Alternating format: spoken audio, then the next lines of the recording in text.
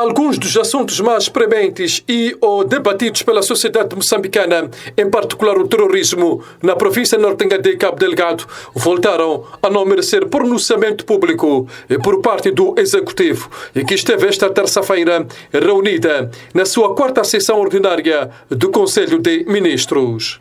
A LAM, tantos casos de terrorismo, tantos casos de livros escolares não fizeram parte da agenda da quarta sessão ordinária do Conselho de Ministros.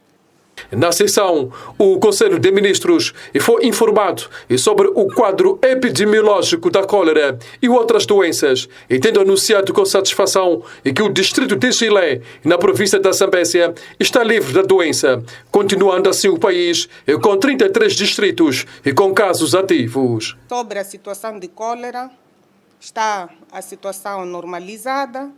Registramos um distrito livre da cólera, que é o distrito de Chilé, na província da Zambésia, e ainda existem 7 distritos que não tiveram o registro de casos nos últimos dias, o que também nos leva a crer que as medidas de prevenção da cólera estão a surtir os seus efeitos desejados. Foi igualmente informado sobre o ponto de situação sobre o licenciamento e funcionamento das agências privadas de emprego e empresas de trabalho portuário referente ao período 2020 a 2023. Neste período, foram tramitados 91 processos de licenciamento de agências de emprego privados e 3 de empresas de trabalho portuário, e que resultaram na emissão de 73 alvarás, enquanto que os restantes ainda estão em tramitação. Com essas intervenções das agências privadas de emprego, foram gerados, neste período, cerca de 44.869 empregos nos diferentes setores da atividade do país. Numa altura em que têm ocorrido vários incêndios em algumas cidades do país, como Beira, Maputo, fenômenos que afetam diversos estabelecimentos comerciais, entre outras, o Executivo aprovou o Regulamento de Proteção contra Incêndios em Edifícios e Recintos.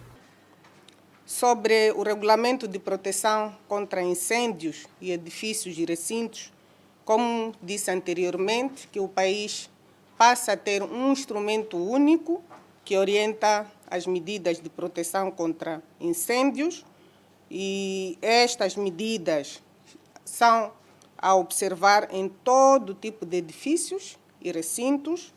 Estamos a falar de complexos habitacionais, industriais, comerciais, hospitais, escolas, entre outros. E desta forma iremos, com a aprovação desse regulamento e a definição de medidas concretas, iremos eliminar aquilo que são as disparidades que eram verificadas em cada um dos agentes que desenhavam projetos de construção civil desses empreendimentos que acabamos de nos referir. E dessa forma poderemos definir melhor as medidas de socorro que sejam compatíveis às instituições do SENSAP como entidade responsável pela proteção contra incêndios. Então, com estas medidas, poderemos melhor orientar as medidas de proteção contra incêndios. Entre várias matérias, o Executivo moçambicano analisou o relatório sobre a época chuvosa e ciclónica 2023-2024.